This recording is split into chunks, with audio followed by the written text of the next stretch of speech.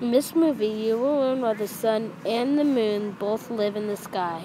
Action! Many years ago, the sun and the water were great friends, and both lived on Earth together. The sun very often used to visit the water, but the water never returned his visits.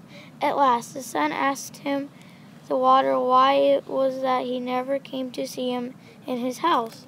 The water replied that the sun's house was not big enough, and that if he came with his people, he would drive the sun out. He then said, "If you wish me to visit you, you must build a very large compound. But I warn you that it will have to be a tremendous place, as many people are very numerous and take up a lot of room." The sun promised to build a very big compound, and soon afterwards he returned home to his wife, the moon, who greeted him with a broad smile.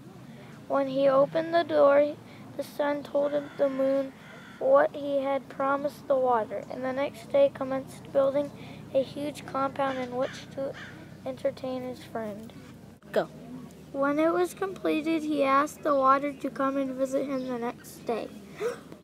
When the water arrived, he called out the sun and asked him whether it would be safe for him to enter, and the sun answered, "Yes, come in, my friend." Action! The water then began to flow in, accompanied by the fish and all the water animals. Very soon the water was knee-deep, so he asked the sun if it was still safe, and the sun again said yes, so more water came in. When the water was level with the top of the man's head, the water said to the sun, "Do you want more of my people to come?" And the sun and the moon both answered yes, not knowing any better, so the water flowed on until the sun and the moon had to perch themselves on top of the roof.